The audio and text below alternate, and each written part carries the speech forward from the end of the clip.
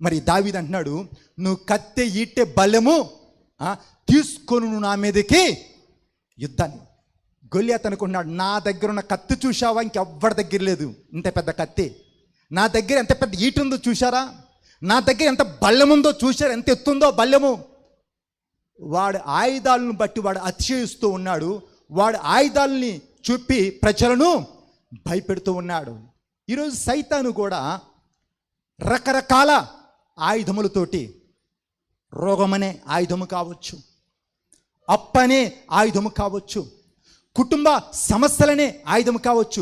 ఈరోజు దేని చూచి నువ్వు కలవరపడుతున్నావో, దేని చూచి నువ్వు కృంగిపోతున్నావో, దేని చూచి నువ్వు విలువెల్లాడిపోతున్నావో, అదే వాణ్ణి ఎదిరించడానికి దేవుడు నీకు ఇచ్చిన గొప్ప ఆయుధం అయి ఉంటుంది.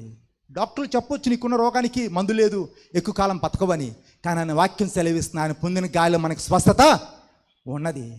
మనుషులను అనుకోవచ్చు, ఈ అప్పులో నుంచి ఇక్కడ బయటికి రాలేడు, అప్పని ఊపిలో మునిగిపోయి అనుకోవచ్చు. కానీ ఆయన యొక్క మహిమైశ్వర్యములో మన ప్రతి అవసరత తీర్చబడుతూ ఉంది. యేసే మన ప్రతి సమస్యకి జవాబు అయి ఉంటున్నాడు. ఆయనకి అసాధ్యమైంది ఏది లేదు. మరి ఈ యొక్క గొల్యాతు తన యొక్క ఆయుధాలను చూపించి దేవుని ప్రజలను భయపెడుతూ ఉన్నాడు. మరి ఈరోజు సైతాను ఏది అయితే నిన్ను చూపించి నీకు చూపించి నిన్ను భయపెడుతున్నాడో వాడిని ఎదిరించడానికి, దేవుని మహిమపరచడానికి అదే దేవునికి ఆయుధముగా మార్చును గాక. ఒకవేళ నీకున్న రోగాన్ని బట్టి కుమిలిపోతున్నావేమో, రేపు దినము సాక్ష్యం ఇవ్వటానికి, దేవుని మహిమపరచడానికి సాక్ష్యం లేకుండా సేవ చేయలేము, సాక్ష్యం లేకుండా దేవుని మహిమపరచలేము. మరి 10 మంది ముందు నిలబడి దేవునికి ఏం చేశాడంటే నువ్వు బల్లగుద్ది చెప్పొచ్చు, నా దేవుడు నా జీవితంలో ఈ అద్భుతము చేశాడు. చూడు, గొర్రెపిల్ల రక్తమును బట్టి తామిచ్చిన అపవాదిని ఎదిరించిరి. ఏదైతే నేను తొక్కేయాలని చెప్పి సైతాన్ని మీదకి పంపించాడు, దేవుడు దాన్నే ఏం చేస్తాడు? ఆశీర్వాదంగా మార్చి వాడు పైన జయాన్ని అనుగ్రహిస్తాడు. కత్తి ఈటె బలెం తీసుకుని నా మీదకి వస్తున్నావు కదా, నువ్వు తిరస్కరిస్తున్న జీవం గల దేవుని పేరట నేను నీ మీదకి యుద్ధానికి వస్తున్నాను. ఏమన్నాడు? యుద్ధం నాదనట్లే. ఏమన్నాడు? యుద్ధము యెహోవాదైతే జయం ఎవరిది? యుద్ధము దేవునిదైతే జయం ఎవరిది? నీది నాదే. యుద్ధము యెహోవాది. రాయి తీసుకుని తిప్పి కొడితే ఒక్క దెబ్బక అమ్మా అని అరవకుండా, ఇంకొక మాట లేకుండా, క్విక్ అనకుండా ఒక్క దెబ్బ రాయి తగిలితే ముందు తెలితే ఇనికిపడాలి కదా, బోర్ల పడ్డాడని ఉంది. పరిగెత్తుకుంటూ వచ్చి గొల్యాతు తల దేనితో నరికాడు దావీదు? చెప్పాలా? గొల్యాతు తల దేనితో నరికాడు? గొల్యాతు కత్తితోనే గొల్యాతు తల తెగిపోయింది. ఈరోజు మన యొక్క గొల్యాతుల యొక్క తలలు తెగి కింద పడునుగాక యేసు నామములో. అహితోపెలు ఆలోచన చెదిరిపోయినట్లుగా మన సంఘానికి సేవకి వ్యతిరేకంగా పన్నిన పన్నాగాలన్నీ యేసు నామములో కొట్టివేయబడును గాక. వారు తలపెట్టిన కీడు వారు నడినెత్తి మీదకి దిగివచ్చును గాక యేసు నామములో. మరి ఈ యొక్క దావీదు గొల్యాతు కత్తితోనే వేసి పడేశాడు. గొల్యాతు తలగిరిపోయి కింద పడింది. మరి ఎవరైతే మనకి వ్యతిరేకంగా పన్నాగాలు వాళ్ళ కత్తి నూరుతూ ఉంటారు, చెమట్ల కారిపోతామంటే ఈడు పని అయిపోయింది, ఇంక ఎవలేడు, ఈడు ఇంక అయిపోయాడు. ఆ కత్తి నూరుతూ ఉంటారు. దేవుడు చూస్తూ ఉంటాడు. వాడు బతుకంతా నూరటానికే సరిపోతుంది, కానీ ఆ కత్తి లేకపోతే అది తెగదు. అది తెగేది ఉంటే ఆమాను ఏం చేశాడండి? మద్దకాయ కొరకు ఏం చేశాడు?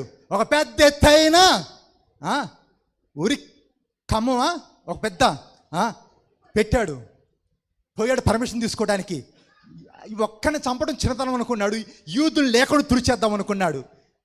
మద్దకాయ ఒక్కని చంపటము చిన్నతనం అనుకుని యూదుల్ని లేకుండా లేపడేద్దాం అనుకున్నాడు. కొంచెం నా మాటలు ఎట్టిన ఘాటుగా ఉంటే క్షమించండి, ఏమనుకోబాకండి. ఎందుకంటే నేను పెరిగిన వాతావరణం అలాంటిది. సరే, ఈ యొక్క మద్దకాయి పని అయిపోయింది అనుకున్నాడు. హామాను నాటిన ఉరి కొమ్మం పైనే హామాను ఊరి తీయబడ్డాడు. గొల్యాతు యొక్క కత్తితోని గొల్యాతు తల తెగిపోయింది. ఈరోజు నీ శత్రువులను చూసి నువ్వు భయపడబాకు. అమ్మో అయిపోతుంది, ఇంకా పని అయిపోతుంది, వాళ్ళని ఏమో చేసేస్తున్నారు, వాళ్ళు ఏమి చేయలేరు. నీ మీద ఏగవాలంటే దేవుని సెలవు కావాలా, నీ ఇంటికి రావాలంటే దేవుని యొక్క సెలవు కావాలా. మరి వాళ్ళకి తెలియదు, వారు తొమ్మిది గొయ్యలు వాళ్ళే పడతారు, వాళ్ళు పండిన పన్నాగాలు వాళ్ళ నెత్తి మీదకే వస్తాయి. పాపం వాళ్ళ అమాయకులు, వాళ్ళకి తెలీదు.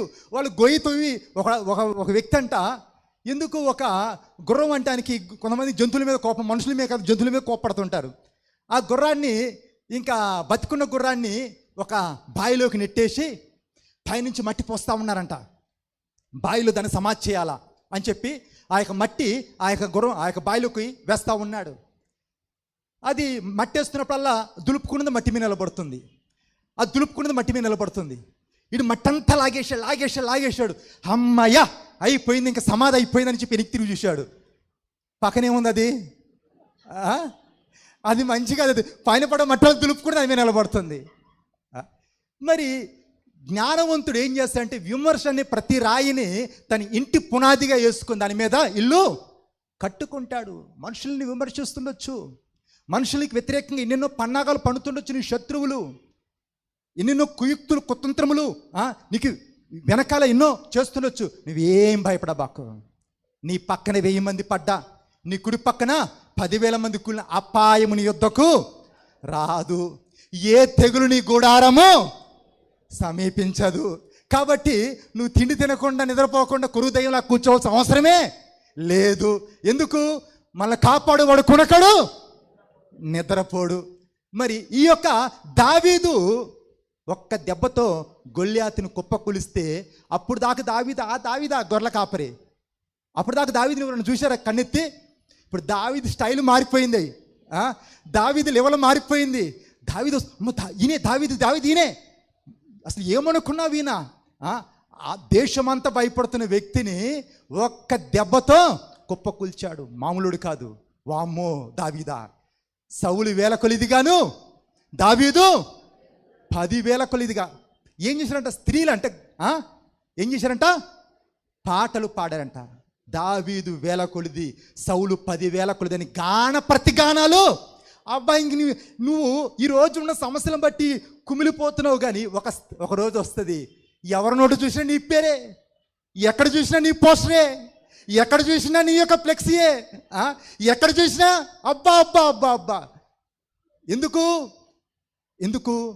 నీ సమస్యను నువ్వు ఎదుర్కోవటానికే దేవుడు ఆ పరిస్థితులను.